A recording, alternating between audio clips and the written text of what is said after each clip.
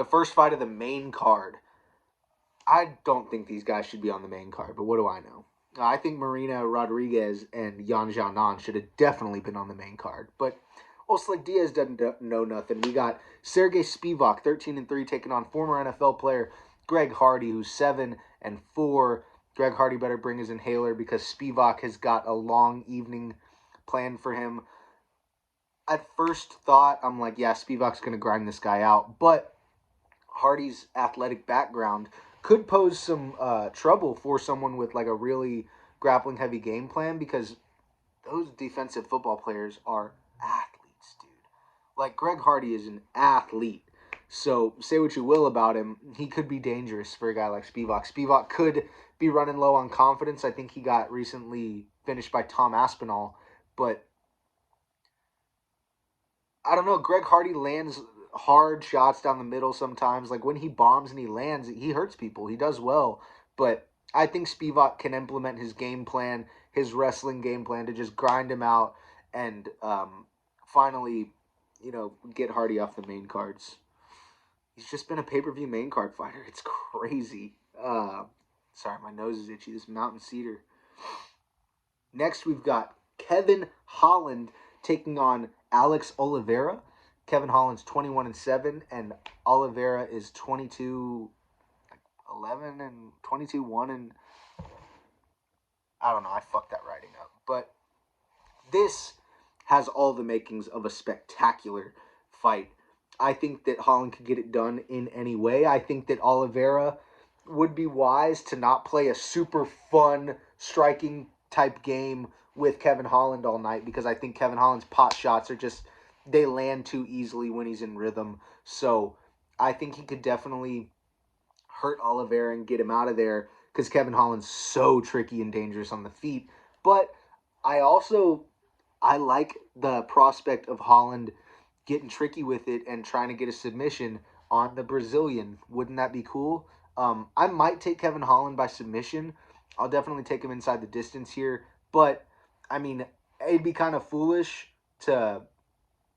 I almost assume that this fight is just going to be like a fight of the night type contender. And for that, typically it's got to go the distance. And both of these two dudes, like, this could be a beautiful, like, take your hat off, sayonara, thanks for knowing me type war, but loss for Oliveira. Or Oliveira could turn it into his type of dogfight that he really, really likes. I'll take Holland here on the bounce back. Both of them have losing streaks at stake, and I think Oliveira, with a loss, could be saying goodbye to the UFC, which, is a shame because he's a fun fighter. But I'll take Kevin Holland here in nothing less than a great fight. It could be done quick, but, I kind of hope it's a good one.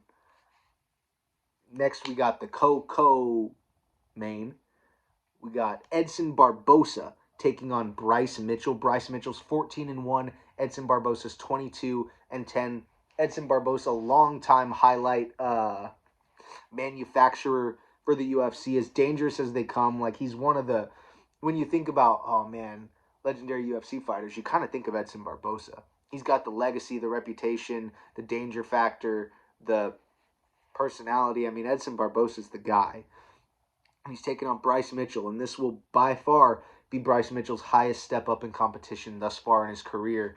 I think that it could be a real dangerous night for Bryce, and Bryce could, suffer his first UFC defeat at the hands of Edson Barboza, because Edson Barboza is that dangerous. But I'm going to take Bryce Mitchell by a late submission in the third round, after it's been grimy, after he's been hurt a few times by Edson. He gets Edson tired, he cooks him to the bone, and then the meat starts falling off the bone, and he submits him in the third round. Maybe a twister. For the co-main event, we've got the late notice bout on 5 rounds. Rafael dos Anjos taking on Renato Moicano. Renato Moicano, former featherweight, right? Taking on dos Anjos, who fought at welterweight. I mean, it's a tough ask for Moicano, but Moicano wants the big fights and the big money. Came on the mic on the last time saying, Renato fight for money, boha, and it was really great. But I think dos Anjos has been probably having a hell of a training camp. He's coming off a year of no fighting, I think Dos Anjos is going to give us a great performance. I'll take Dos Anjos by points or like a late finish, but I'll take Dos Anjos by decision. I think this is a little bit too much to bite off for Moicano on late notice. I think we might see some vintage Dos Anjos action. Uh, and I hate to pick against Moicano because I just discovered that I'm a fan of him, but that's the game. For the main event, we've got Colby Covington and Jorge Masvidal. So tough. I know who I'm going to pick, but I don't know how I'm going to pick them. Covington realistically could implement an effective and heavy grappling game plan and just grind out a decision on Masvidal. And that would be, almost to be expected by a lot of people. But I think that Masvidal is the better mixed martial artist. I really do. I think that Covington's definitely had more of a higher ratio of success in the Octagon, but both of them have lost to Usman twice, once by way of knockout each.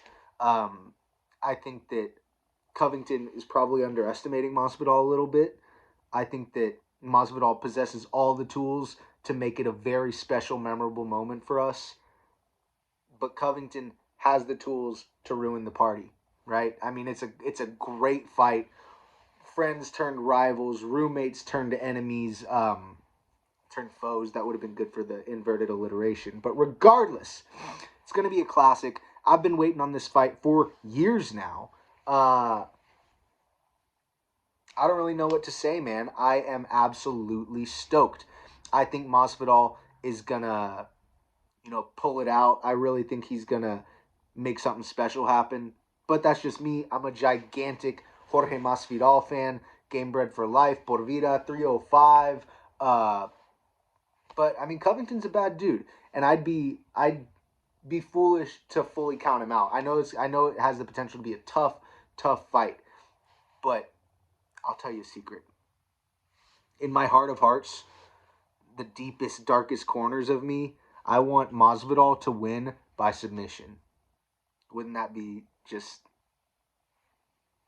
I'm tearing up just thinking about it. As far as my performance predictions, before we get out of here, the Slick DS Fighter Watch is set to. Let me see. Yeah. Umar Nurmagomedov, the fight of the night.